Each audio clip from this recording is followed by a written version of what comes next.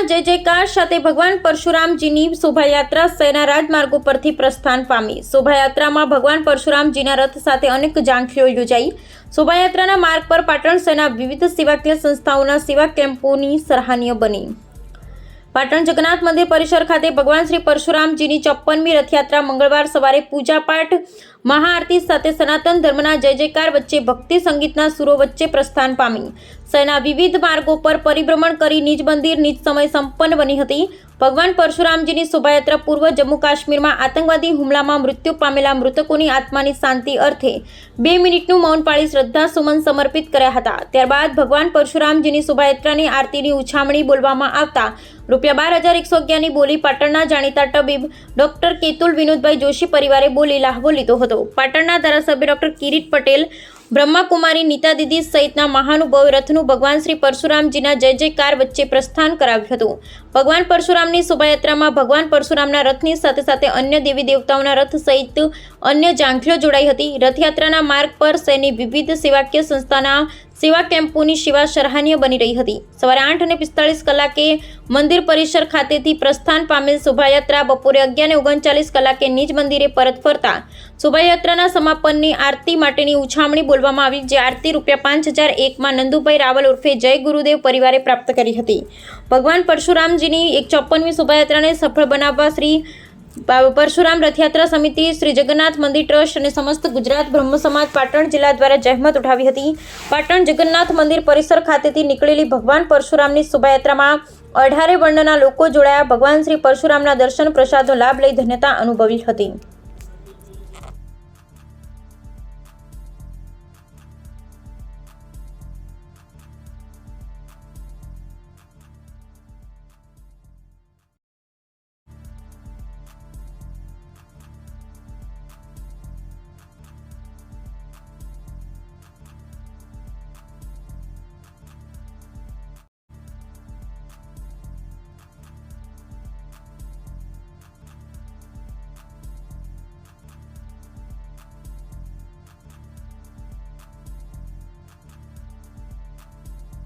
शुभ दिवसे भगवान परशुरामनी 154મી રથયાત્રા નીકળવાની છે।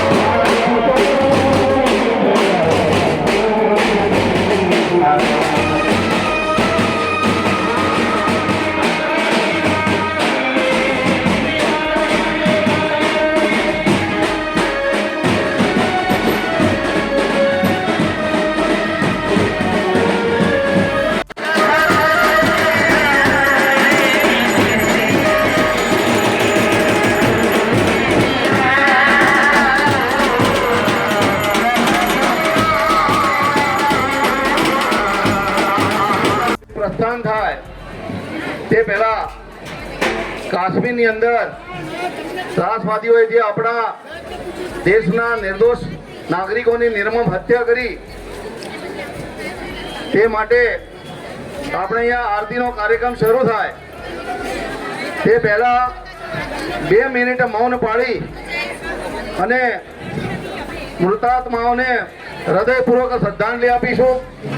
ભગવાન જગન્નાથજી, ભગવાન પરશુરામને આપણે 2 હાથ જોડીને વિનંતી કરીશું કે જેટલા નિર્દોષ જીવાત્માઓ નું મૃત્યુ થયું છે તેવા સૌ જીવાત્માઓના આત્માને પરમાત્મા ખૂબ શાંતિ આપે, એમના નિજ ધામમાં એમનો વાસ થાય અને એમનું આ બલિદાન એળે ના જાય, આખો દેશ જાગૃત થાય, ભગવાન પરશુરામમાંથી પ્રેરણા મેળવે એવા આજની યુવા પેઢી સમર્થ બને અને દેશની રક્ષા માટે આખો દેશ કટિબદ્ધ થાય. એટલી વાત કરીને આપણે ઓમકારનો જાપ કરીશું. દરેક પોતપોતાના સ્થાને ઉભા. આજના અક્ષય તૃતીયાના પવિત્ર દિવસે સમગ્ર ભારત વર્ષમાં ભગવાન પરશુરામના જન્મોત્સવની ઉજવણી થઈ રહી છે, ત્યારે પાટણમાં પણ જગન્નાથ મંદિર પરિસર પરશુરામ યાત્રા સમિતિ તરફથી તૈયારીઓ ચાલી રહી હતી. પરશુરામ યાત્રા સમિતિના આમંત્રણને માન આપી પાટણ શહેરના વિવિધ જ્ઞાતિઓના તમામ ભાઈઓ બહેનો આ યાત્રાને સફળ બનાવવા ઉમળકાભેર હાજર રહ્યા છે. આજે સવારે શહીદોના માનમાં 2 મિનિટ મૌન પાડી અને ભગવાન પરશુરામની આરતી બોલાવવામાં આવી. ત્યારબાદ પાટણના લોકલાડીલા ધારાસભ્ય અને બ્રહ્માકુમારી સંસ્થાનના કુમારી નીતા દીદીના વરદ હસ્તે રથનું પ્રસ્થાન નિર્ધારિત સમય થયું હતું. ખૂબ જ હર્ષોલ્લાસ સાથે પાટણ શહેરની અંદર વિવિધ સેવાકીય સંસ્થાઓના સર્વ ભાઈ બહેનો, કાર્યકરો, પદાધિકારીઓ, રાજકીય આગેવાનો, રાજકીય કાર્યકરો અને તમામ જ્ઞાતિ સમુદાયના ભાઈઓ બહેનો ખૂબ જ ઉમળકાભેર યાત્રામાં જોડાયા.